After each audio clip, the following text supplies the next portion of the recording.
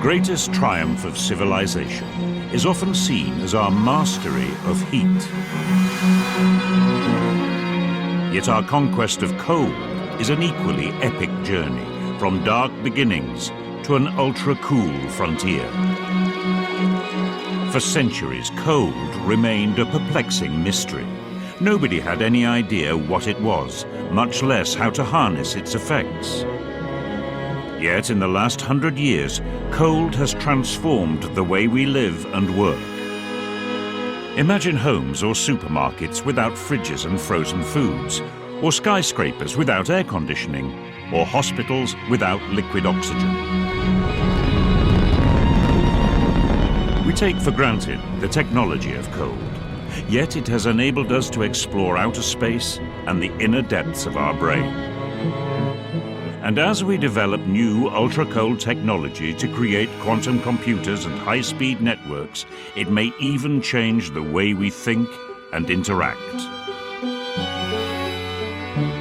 This is the story of how scientists and dreamers over the past 4 centuries plunged lower and lower down the temperature scale to conquer the cold, enrich our lives, and attempt to reach the ultimate limit of cold, a holy grail as elusive as the speed limit of light, absolute zero.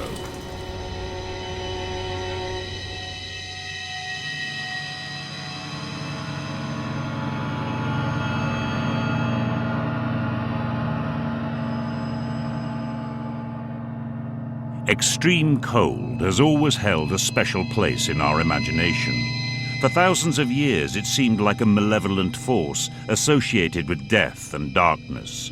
Cold was an unexplained phenomenon. Was it a substance, a process, or some special state of being? Back in the 17th century, no one knew, but they certainly felt its effects in the freezing London winters. 17th century England was in the middle of what's now called the Little Ice Age. It was fantastically cold by modern standards. You have to imagine a world lit by fire in which most people are cold most of the time. Cold would have felt like a real presence, a kind of positive agent that was affecting how people felt. And that fitted nicely with the most orthodox received view that natural philosophers had inherited from the Greeks, from Aristotle, hundreds of years earlier, that there are 2 agents in the world, hot and cold. They function symmetrically. They can combine or separate. Back then, people felt at the mercy of cold. This was a time when such natural forces were viewed with awe as acts of God. So anyone attempting to tamper with cold did so at their peril. The first to try was an alchemist, Cornelis Drebbel. On a hot summer's day in 1620, King James I and his entourage arrived to experience an unearthly event. Drebbel, who was also the court magician, had a wager with the king that he could turn summer into winter. He would attempt to chill the air in the largest interior space in the British Isles, the Great Hall of Westminster.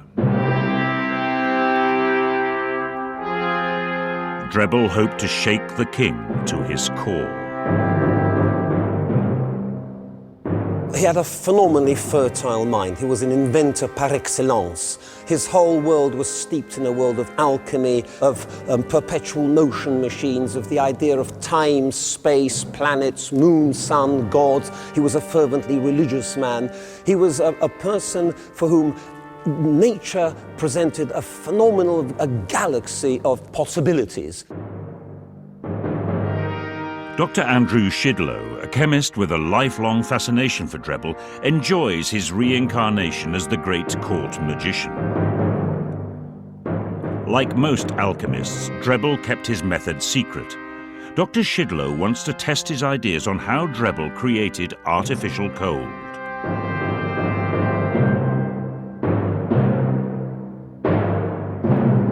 when Drebel was trying to achieve the lowest temperature possible, he knew that ice, of course, was the freezing point, the coldest you could get normally. But he would have been aware of the fact, through his experience, that mixing ice with different salts could get you a colder temperature. Salts will lower the temperature at which ice melts. Dr. Shidlow thinks Drebel probably used common table salt, which gives the biggest temperature drop. But salt and ice alone would not be enough to cool down such a large interior.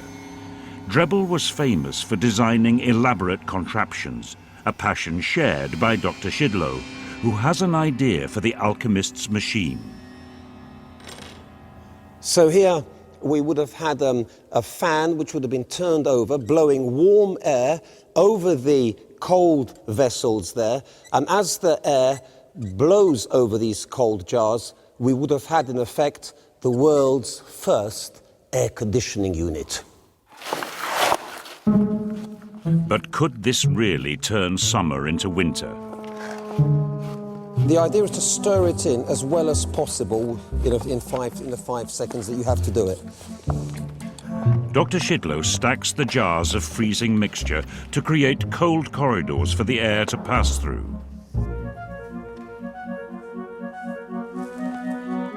Right, we can feel it's very cold.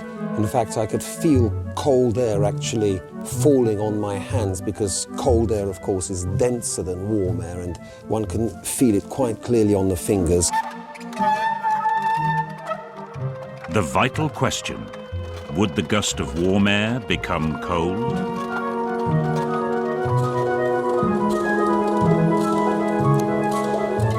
Woof, I can feel certainly a blast of cold air hitting me as that second cover was released. Well, temperature, we're on 14 at the moment. Yes, keep it going, that's definitely the right direction. I think possibly even closer still will give us a better effect, there's no doubt. So how would the king have reacted to his encounter with man-made cold? He would have been shocked, he wouldn't have known what's happening. He could have in fact been wondering whether there's some action of gods or some sort of forces, demonological forces which were in action, and he would have left hastily, freezing as he did so. Had Drebel written up his great stunt, he might have gone down in history as the inventor of air conditioning. Yet it would be almost 3 centuries before this idea eventually took off. To advance knowledge and conquer the cold required men with a very different mindset. King James's Lord Chancellor, Francis Bacon, was the first to apply the scientific method to the study of heat and cold. He believed it was important to conduct experiments and analyze the results, rather than rely on the established wisdom of the ancients. For Francis Bacon, heat and cold turn out to be right at the centre of his worldview. One way of understanding why that's so is think why heat and cold matter to human beings. They really matter in the 17th century for 2 reasons. One is the weather and one is disease. There was, after all, an obvious tension in everyday experience between the healthy effects of warmth and the healthy effects of cold. Warmth made you healthy because it stopped you radiating away the vital spirits within you. But cold obviously had crucial effects against death as well. It could preserve things for immensely long times, and maybe it could preserve Francis Bacon's body too. Bacon rarely carried out experiments himself, but his one foray into the preservative effects of the cold had disastrous consequences. He took a freshly killed chicken and stuffed it full of ice and snow to investigate how much longer the chicken meat might stay fresh. He was impressed by the results. The chicken did remain fresh for many days. Unfortunately, during the process of exposing his own body to the cold, he caught pneumonia.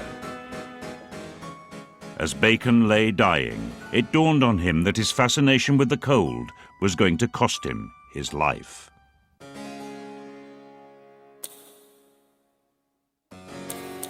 The irony, tragedy of that rather sad experiment didn't dissuade his followers from doing more experiments on ice and snow and its vital or preservative effects. The men who followed Bacon were really convinced that if we could understand the way in which motion, cold and heat fitted together, we could save ourselves from disease, we could unlock the mysteries of the universe. This fundamental question, what is cold, haunted Robert Boyle, who was born the year after Bacon died. The son of the Earl of Cork, a wealthy nobleman, Boyle used his fortune to build an extensive laboratory. Boyle is famous for his experiments on the nature of air, but he also became the first master of cold. Believing it to be an important but neglected subject, he carried out hundreds of experiments. He worked through, very systematically, a series of ideas about what cold is. Does it come from the air? Does it come from the absence of light? Is it that there are strange, so-called frigorific, cold-making particles? The dominant view, certainly in Boyle's lifetime, the view that he set out to attack, is that cold is a primordial substance. That when bodies get colder, they're sucking in this primordial cold, and as they get warmer, they expel it. Boyle thought that was wrong, and he did experiments to show that it was wrong.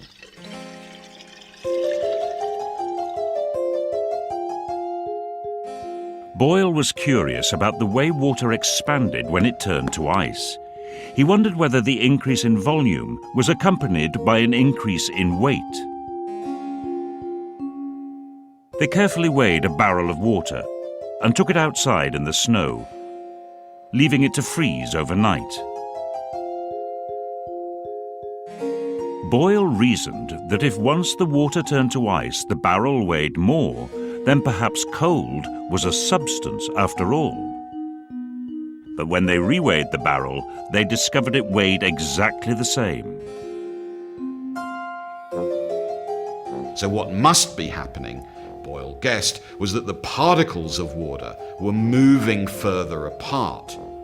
And that was the expansion, not some substance flowing into the barrel from outside. Boyle was becoming increasingly convinced that cold was not a substance, but something that was happening to the particles, and began to think back to his earlier experiments with his air pump. Boyle's idea was that the air trapped in this glass container is springy, it's elastic. As you try and compress it, it resists. Now, this is very closely linked in Boyle's program to the way he studies heat and cold, because his idea was that as substances like the air get warmer, they tend to expand. It's as though the little particles, little springs, out of which he imagined each air particle is made, are gradually unwinding, so they take up more space and they expand. Boyle's conclusion here was that heat is a form of motion of a particular kind, and that as bodies cool down, they move less and less. Boyle's longest published book was on the cold, yet he found its study troublesome and full of hardships, declaring that he felt like a physician trying to work in a remote country without the benefit of instruments or medicines. To properly explore this country of the cold, Boyle lamented the lack of a vital tool, an accurate thermometer.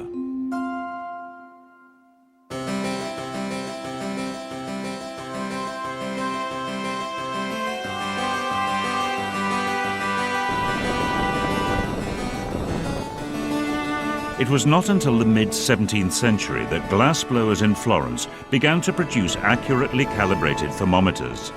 Now it became possible to measure degrees of hot and cold. Because rather than mercury, they used alcohol, which is much lighter, they made thermometers that were sometimes several meters long and were often wound into spirals. But there was still one major problem with all thermometers: the lack of a universally agreed temperature scale. There are all kinds of different ways of trying to stick numbers to these degrees of hot and cold, and they, on the whole, didn't agree with each other at all.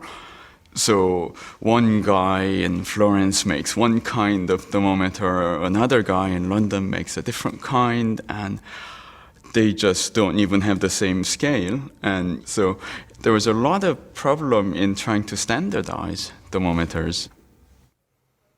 Imagine that you want to make a scale of temperature. What do you do? Well, the obvious thing to do, and this was well understood by instrument makers and experimenters in the 17th and 18th century, is to try and find something in nature which you know always has the same temperature and make that your fixed point. A better strategy even is to find two such phenomena in nature, and then you have a lower fixed point, say something rather cold, and an upper fixed point, something rather warm, and divide the degrees of temperature between into, say, 100 convenient bite-sized chunks. The problem, however, was to define a phenomenon whose temperature you guessed was fixed. So for the lower fixed point, you might choose the temperature of ice just as it's melting. And then there's an almost indefinite range of possible candidates for your upper fixed point. Isaac Newton, for example, worked rather hard on constructing what he called a scale of heat. He, for example, defined the temperature which a human can only just tolerate if they plunge their hand into warm water. It could be the normal human underarm, the temperature of the human blood, the temperature of wax just as it's melting. The first temperature scale to be widely adopted was devised by Daniel Fahrenheit, an accomplished instrument maker who made thermometers for doctors in Holland.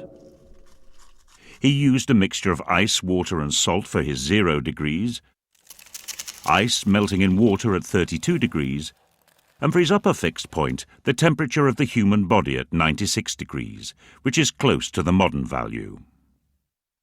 One of the things that Fahrenheit was able to achieve was to make thermometers quite small.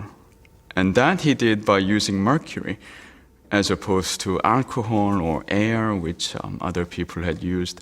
And because mercury thermometers are compact, clearly if you're trying to use it for clinical purposes, you don't want some big thing sticking out of the patient. So the fact that he could make them small and convenient, that seems to be what made Fahrenheit so famous and so influential.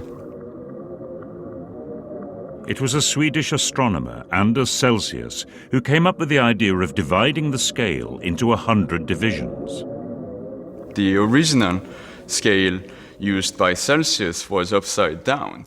So he had the boiling point of water as 0 and the freezing point as 100, with numbers just continuing to increase as we go below freezing.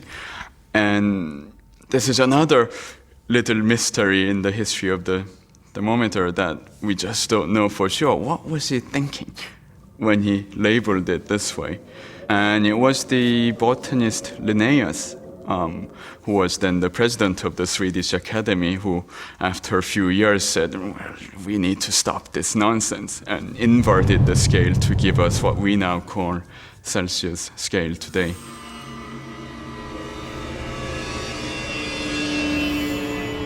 A question nobody thought to ask when devising temperature scales was, how low can you go? Is there an absolute lower limit of temperature? The idea that there might be would become a turning point in the history of cold. The story begins with the French physicist Guillaume Amonton. He was doing experiments heating and cooling bodies of air to see how they expand and contract. We're now going to put ice around our bulb and see what happens. And he was noticing that, well, when you cool a body of air, the volume or the pressure would go down. And he speculated, well, what would happen if we just kept cooling it?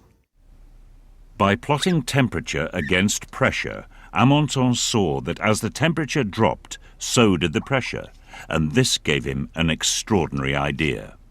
Amonton started to consider the possibility, what would happen if you projected this line back until the pressure was zero? And this was the first time in the course of history that people have actually considered the concept of an absolute zero of temperature. Zero pressure, zero temperature. It was quite a revolutionary idea when you think about it, because you wouldn't just think that temperature has a limit of a lower bound or zero, because in the upper end it can go on forever, we think, until it's hotter and hotter and hotter. But somehow maybe there's a 0 point where this all begins. So you could actually give a calculation of where this 0 point would be. Amonton didn't do that calculation himself, but some other people did later on. And when you do it, you get a value that's actually not that far from the modern value of roughly minus 273 centigrade. In one stroke, Amonton had realized that although temperatures might go on rising forever, they could only fall as far as this absolute point. For him, this was a theoretical limit, not a goal to attempt to reach. Before scientists could venture towards this 0 point, far beyond the coldest temperatures on Earth, they needed to resolve a fundamental question. By now, for most scientists, the penny had dropped that cold was simply the absence of heat. But what was actually happening as substances warmed or cooled was still hotly debated.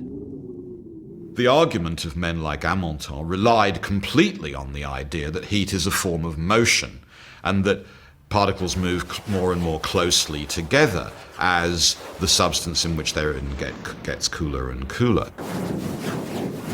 Unfortunately, the science of cold was about to suffer a serious setback. The idea that cooling was caused by particles slowing down began to go out of fashion. At the end of the 18th century, a rival theory of heat and cold emerged that was tantalizingly appealing, but completely wrong. It was called the caloric theory, and its principal advocate was the great French chemist Antoine Lavoisier.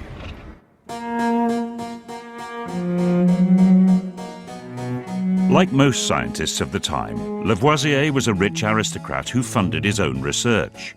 He and his wife, Madame Lavoisier, who assisted with his experiments, even commissioned the celebrated painter David to paint their portrait. Lavoisier carried out experiments to support the erroneous idea that heat was a substance, a weightless fluid, that he called caloric. He thought in the solid state of matter, molecules were just packed close in together.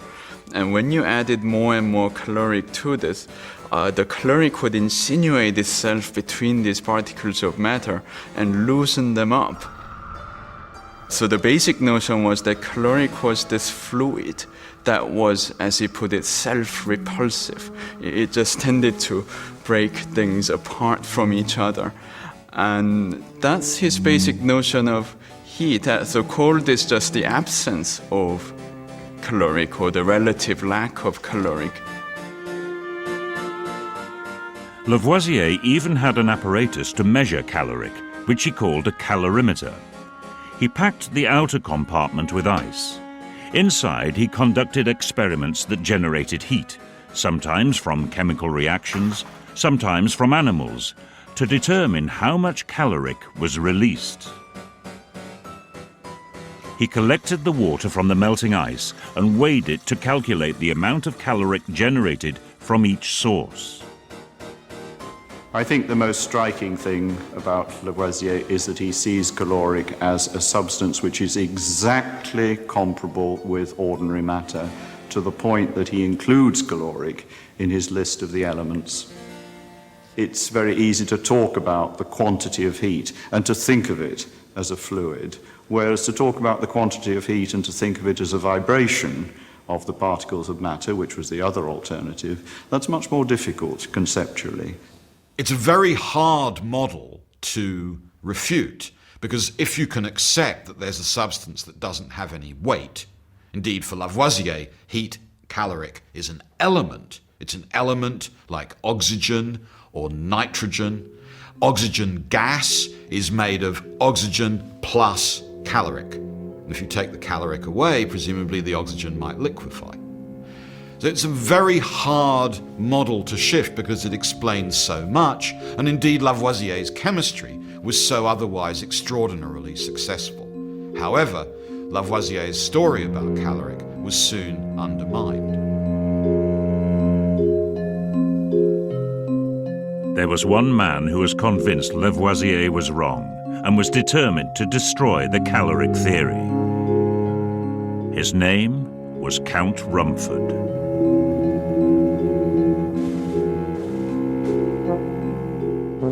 Count Rumford had a colourful past.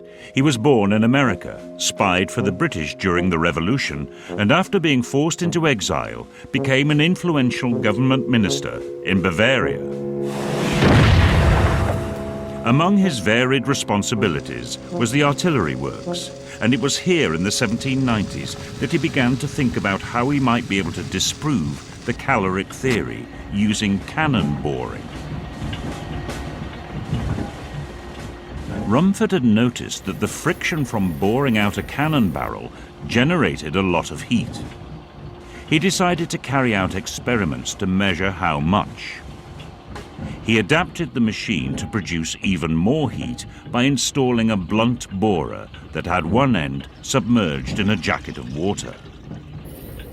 As the cannon turned against the borer, the temperature of the water increased and eventually boiled. The longer he bored, the more heat was produced. For Rumford, what this showed was that heat must be a form of motion, and heat is not a substance, because you could generate indefinitely large amounts of heat simply by turning the cannon. Despite Count Rumford's best efforts, Lavoisier's caloric theory remained dominant until the end of the 18th century. His prestige as a scientist meant that few dared challenge his ideas. Sadly, this did not protect him from the revolutionary turmoil in France, which was about to interrupt his research. At the height of the Reign of Terror, Lavoisier was arrested and eventually guillotined. The reason he was guillotined was not because of his science, but because he helped run the privatized income tax service of the French state. And there's nothing more unpopular, even in France, than a privatized tax collector. Once he was guillotined, his wife left France and eventually met Rumford when he moved to Western Europe in the early 1800s. Rumford then married her, so he'd married the widow of the man who'd founded the theory that he'd destroyed. The marriage was short-lived. After a tormented year, Rumford left Madame Lavoisier and devoted the rest of his life to his first love, science. It would be nearly 50 years before his theory of heat and cold was finally accepted. A founder of the Royal Institution, Rumford continued to support the pursuit of science, and it was here that the next major breakthrough in the conquest of cold would occur.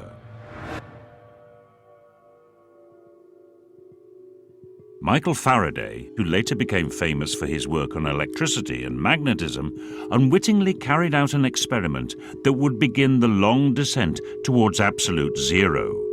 He was asked to explore the properties of a newly discovered pungent gas called chlorine. This experiment was potentially explosive, which is perhaps why it was left to Faraday. and perhaps also why Dr. Andrew Shidlow is curious to repeat it today. We are about to undertake an exceedingly dangerous experiment in which Michael Faraday in 1823 heated this substance here, the hydrate of chlorine, in a sealed tube. Is that sealed? That's sealed, Andrew. That's absolutely brilliant. In the original experiment, Faraday took the sealed tube and heated the end containing the crystals. He put the other end in an ice bath. Soon, he noticed yellow chlorine gas being given off. Because the gas is being produced, pressure's building up. But because this side is so very cold, hopefully what we'll see is some tiny oily droplets of chlorine, liquid chlorine, being produced. It's the pressure which is causing this. Ray, this is where it starts to get dangerous. So if you now take a few steps back. When Faraday did the experiment, a visitor, Dr. Paris, called in to see what he was up to. Paris pointed out some oily matter in the bottom of the tube. Faraday was curious and decided to break open the tube.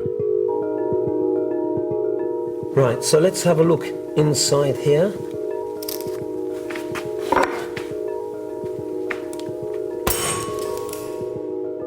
The explosion sent shards of glass flying. With the sudden release of pressure, the oily liquid vanished.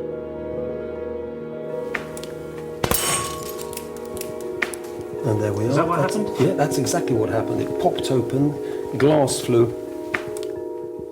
And can you detect the strong smell of chlorine? I can now. Absolutely. Well, he detected the strong smell of chlorine, and this was a major mystery for him. Faraday soon realized the increased pressure inside the sealed tube had caused the gas to liquefy. Later, he used the same technique to liquefy ammonia gas. He noticed that on releasing the pressure, the liquid evaporated, triggering a dramatic drop in temperature. He predicted that one day this cooling might be useful. There is great reason to believe that this cooling technique with ammonia may be successfully employed for the preservation of animal and vegetable substances for the purposes of food. But Faraday's idea of using ammonia as a refrigerant was ahead of its time. Besides, he had no interest in commercial exploitation.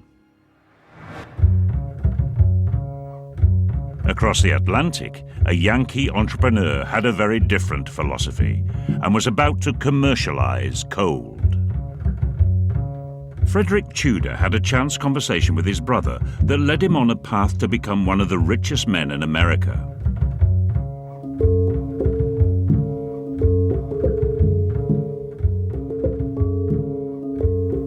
The story goes at the dinner table, they were trying to decide what they had on their father's farm they could make money off of, and certainly there was a lot of rocks, but people weren't going to pay for that.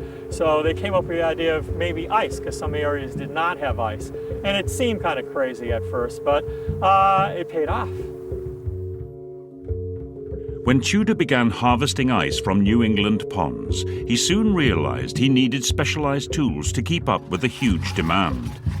We had the saws, and the saws were improvement over the old wood saws. They have teeth that are sharpened on both sides and set, so it cuts on both the up and the down stroke. And a crew could clear a 3-acre pond easily in a couple of days.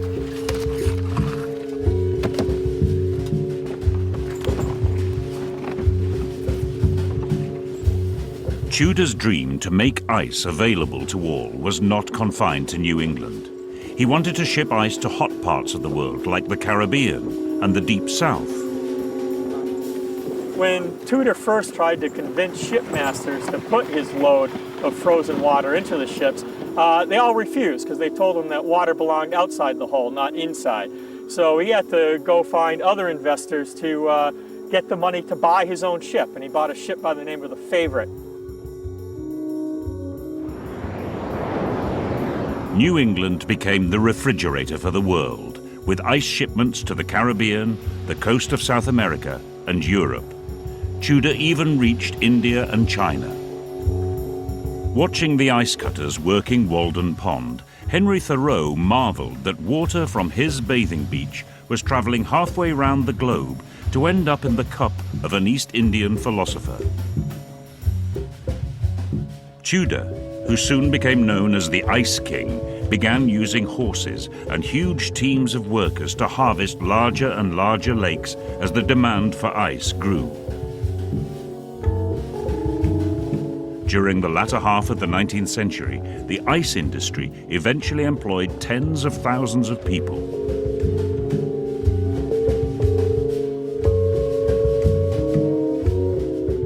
Tudor became the largest distributor of ice, and he became one of the first American millionaires. And we're talking about one of his ships going to the Caribbean, giving him a profit of $6,000. Now, this is in a time period when people were earning $200 to $300 a year, the average family. So someone earning thousands of dollars was just inconceivable. And that would be losing 20% of your ice when it got there. There was still huge amounts of profit. Tudor's success was based around an extraordinary physical property of ice. It takes the same amount of heat to melt a block of ice as it does to heat a similar quantity of water to around 80 degrees centigrade. This meant that ice took a long time to melt, even when shipped to hotter climates.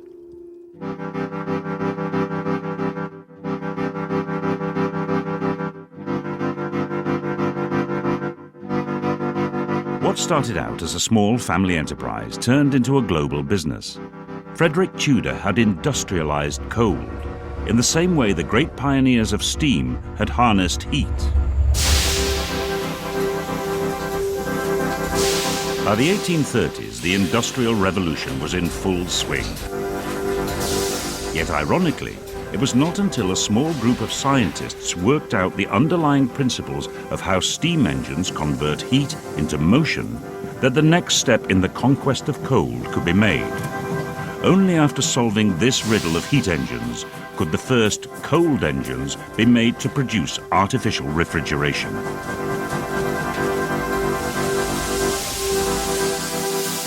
How much useful work can you get out of a given amount of heat? By the early 1800s, that had become the single most important economic problem in Europe. To make a profit was to convert heat into motion efficiently, without wasting heat and getting the maximum amount of mechanical effect.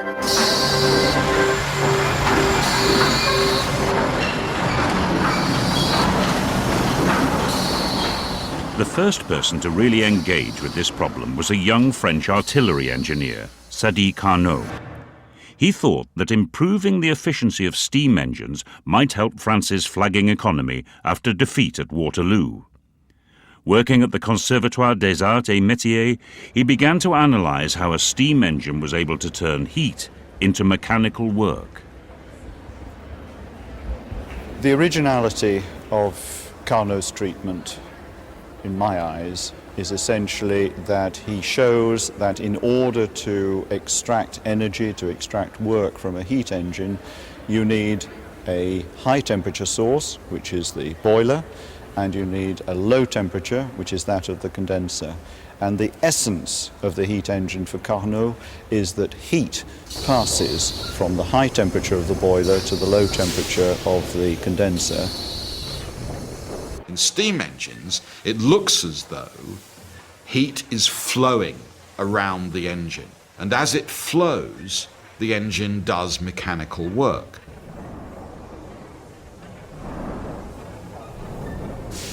The implication there is that heat is neither consumed nor destroyed. You simply circulate it around and it does work. So there the analogy would be between heat in a steam engine and water in a water wheel, as though it's the flow of heat that's actually getting the work done in a standard steam engine. Carnot likened this flow of heat to the flow of water over a water wheel. He saw that the amount of mechanical work produced depended on how far the water fell.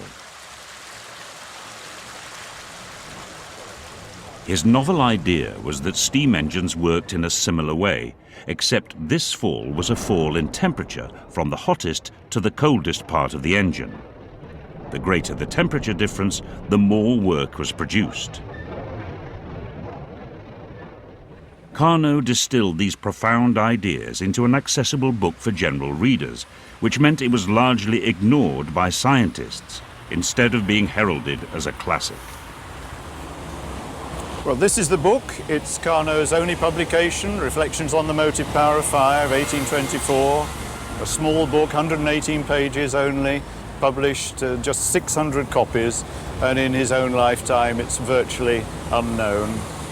20 years after the publication, William Thomson, the Scottish physicist, is absolutely intent on finding a copy. He's here in Paris, and the accounts we have suggest that he spends a great deal of time visiting bookshops, visiting the bouquiniste on the banks of the Seine, looking, always asking for the book, and the booksellers tell him they've never even heard of it.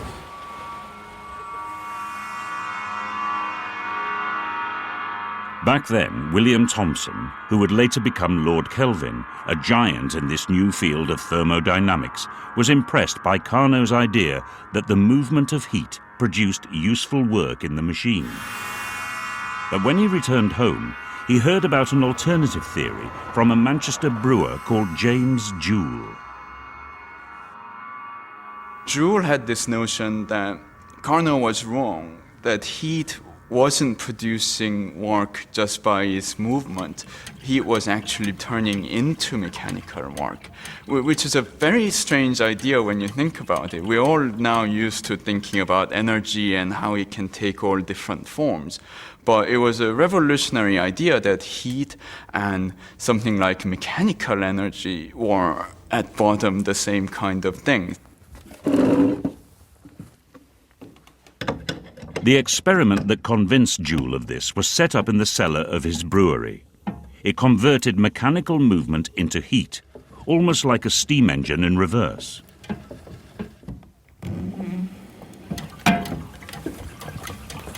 He used falling weights to drive paddles around a drum of water. The friction from this process generated a minute amount of heat. Only brewers had thermometers accurate enough to register this tiny temperature increase caused by a measured amount of mechanical work. Joule's work mattered because it was the first time that anyone had convincingly measured the exchange rate between movement and heat. He proved the existence of something that converts between heat and motion. That something was going to be called energy. And it's for that reason that the basic unit of energy in the new international system of units is named after him, the joule. This apparent contradiction between Joule and Carnot was eventually resolved by Thomson in what would later become known as the laws of thermodynamics. The first law, from Joule's work, states that energy can be converted from one form to another, but can never be created or destroyed. The second law, from Carnot's theory, states that heat flows in one direction only, from hot to cold.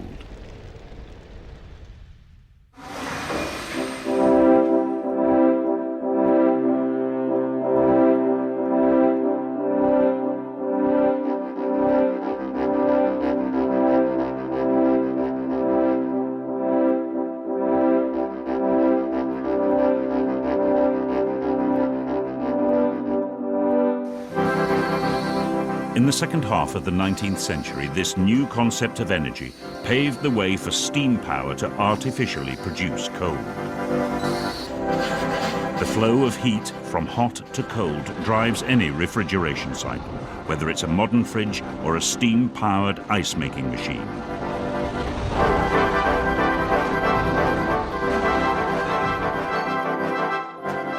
In the first stage of this cycle, gigantic pistons compress ammonia gas into a hot liquid. The hot, liquefied ammonia is pumped into a condenser, where it is cooled and fed into pipes beneath the water tanks.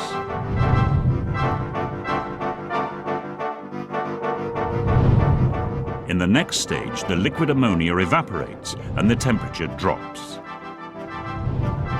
As the ammonia absorbs heat from the surrounding water, gradually the tanks of water become blocks of ice. By the 1880s, many towns across America had ice plants like this one, which could produce 150 tons of ice a day.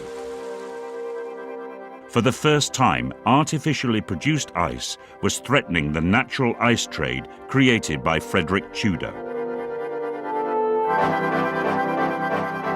America's appetite for ice was insatiable. Slaughterhouses, breweries, and food warehouses all needed ice. Animals were disassembled on production lines in Chicago, and the meat was loaded into ice-cooled boxcars to be shipped by railroad. Livestock on its way to the great meat-packing centers of the nation, to markets everywhere. Food of every sort, safely and quickly delivered in refrigerator cars. From New York to Los Angeles, restaurants were able to serve fresh steaks thousands of miles from where their meals once roamed. As fruit and vegetables became available out of season, urban diets improved, making city dwellers the best-fed people in the world. And to keep everything fresh at home, the Iceman made his weekly delivery to recharge the refrigerator. Refrigeration makes a tremendous difference in people's lives. First of all, in the diet, what is possible for them to eat. They can go to the store once a week. They don't have to go every day. They can obtain at that store foods that are from almost anywhere in the world that have been transported and kept cool, and then they can keep them in their own home. Eventually, the Iceman disappeared as more and more households bought electric fridges. These used the same basic principles as the old ice-making machines. Heat from the food inside is drained away by the evaporating coolant and is dumped out the back. The electric pump drives this cycle of compression, evaporation, and condensation. And that's how the fridge got its hum. The electric power companies loved refrigerators because they ran all day and all night. They may not have used that much power for each hour, but they continued to use that. So one of the ways that they sold rural electrification was the possibility of having your own refrigerator. In the early days, the fridge's icebox was used to freeze water, nothing else. Freezing was seen as having the same damaging effects as frost.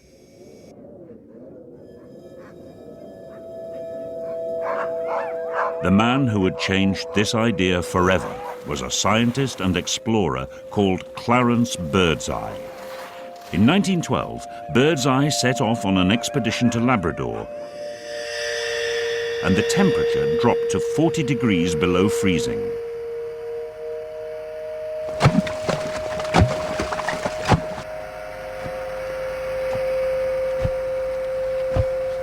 The Inuit had taught Birdseye how to ice fish.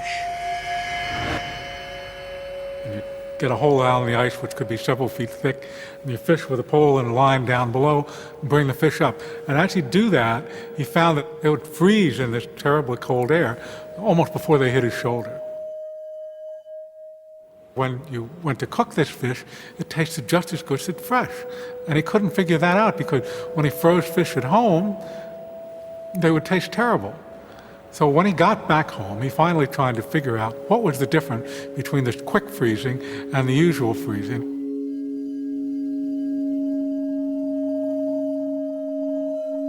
Under closer examination, he could see what was happening to the fish cells. With slow freezing, large ice crystals formed, which distorted and ruptured the cells. When thawed, the tissue collapsed, and all the nutrients and flavor washed away. That's the mushy strawberry syndrome. People freeze the strawberries that they pick in their garden, and then they put them out on the table the next day, and they collapse. They're all mushy. But with fast freezing, only tiny ice crystals were formed inside the cells, and these caused little damage. It was all down to the speed of the freezing zone. What Birdseye found out is if you can get through this zone very quickly, flash freezing or quick freezing, you avoid this ice crystallization. And that makes it possible for the food, when it's unfrozen and cooked, to taste just as good as fresh. The basic concept was simple, but it took Clarence Birdseye another 10 years to perfect a commercial fast freezing technique that would mimic the natural process he'd experienced in Labrador. In 1924, he opened a flash freezing plant in Gloucester, Massachusetts, that froze freshly landed fish at -45 degrees. And he then extended that to all sorts of other kinds of meats and produce and vegetables, and almost single-handedly invented the frozen food industry. Fridges and freezers would eventually become icons of modern living. But there was a less visible cold transformation happening at the same time. This would also have a huge impact on urban living. The cooling of the air itself. 3 centuries had passed since Cornelis Drebbel had shaken King James in Westminster. Now, at the dawn of the 20th century, air cooling was about to shake the world. Tell me, what is the lowdown on this air conditioning thing? Now you've started something by asking me that.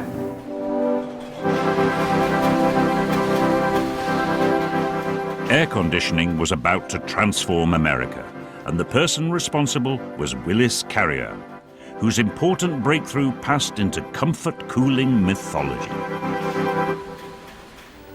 Let's go back to that foggy night when a young engineer named Willis Carrier sought the answer to a problem: the effects of humidity, of moist air, on industrial production. Fog. Maybe that's the answer. Let's see. Fog is water vapor that's been condensed. That's because the air has become cooler, and cool air can't hold as much moisture as warm air. Maybe that's the way to reduce humidity. Cool the air and condense the moisture. It might work. Control of humidity through control of temperature. That was Willis Carrier's idea. Carrier is sent to Brooklyn for a very special job in 1902.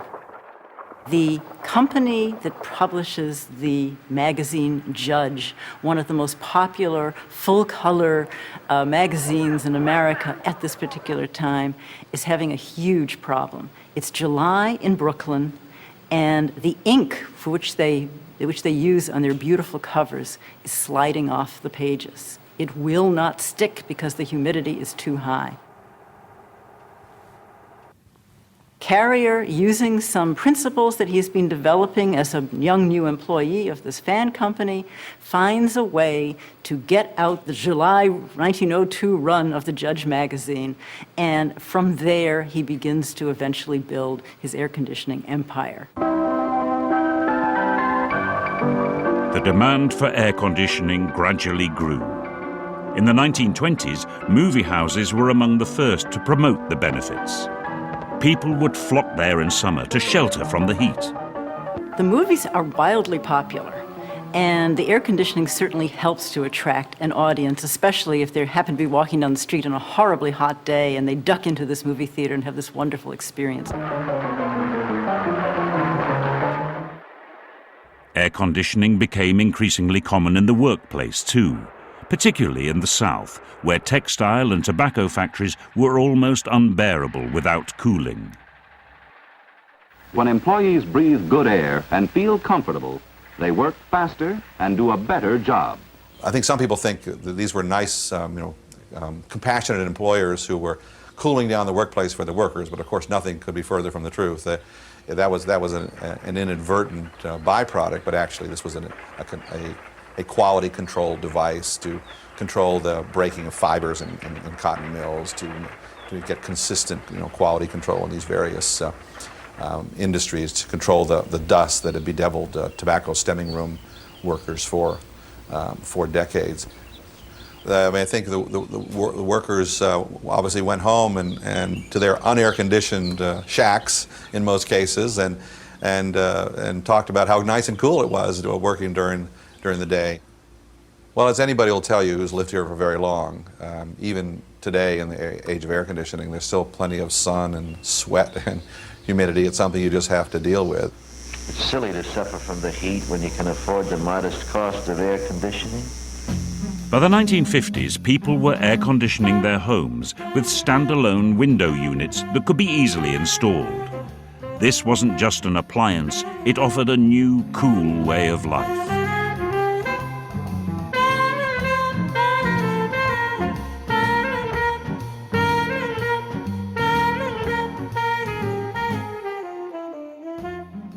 Walking down a typical southern street prior to the air conditioning revolution, you would have seen families, individuals outside. They would have been on their porches, on each other's porches. There was a visiting tradition, a real sense of community.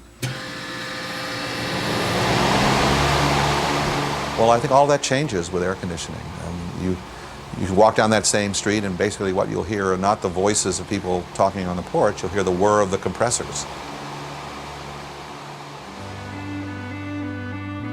Guess what we've got? An RCA room air conditioner. I'm a woman, and I know how much pure air means to Mother in keeping our rooms clean and free from dust and dirt.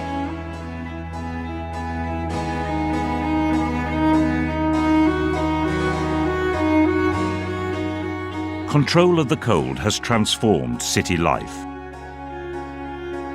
Refrigeration helped cities expand outwards by enabling large numbers of people to live at great distances from their source of food.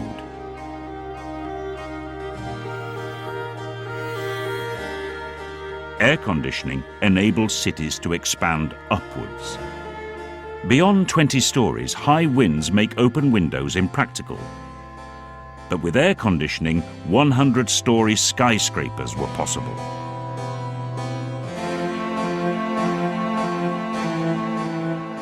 Technologies emerge which not only worked to insulate human society against the evils of cold, but turned cold into a productive, manageable, effective resource. On the one hand, the steam engine, on the other, the refrigerator. Those two great symbols of 19th century world, which completely changed the society and economy of the planet.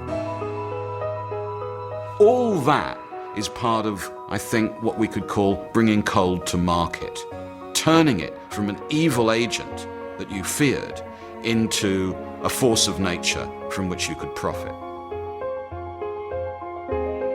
The explosive growth of the modern world over the last 2 centuries owes much to the conquest of cold, but this is only the beginning of the journey down the temperature scale. Going lower would be even harder, but would produce greater wonders that promise extraordinary innovations for the future. With rival scientists racing towards the final frontier, the pace quickens and the molecular dance slows as they approach the holy grail of cold, absolute zero.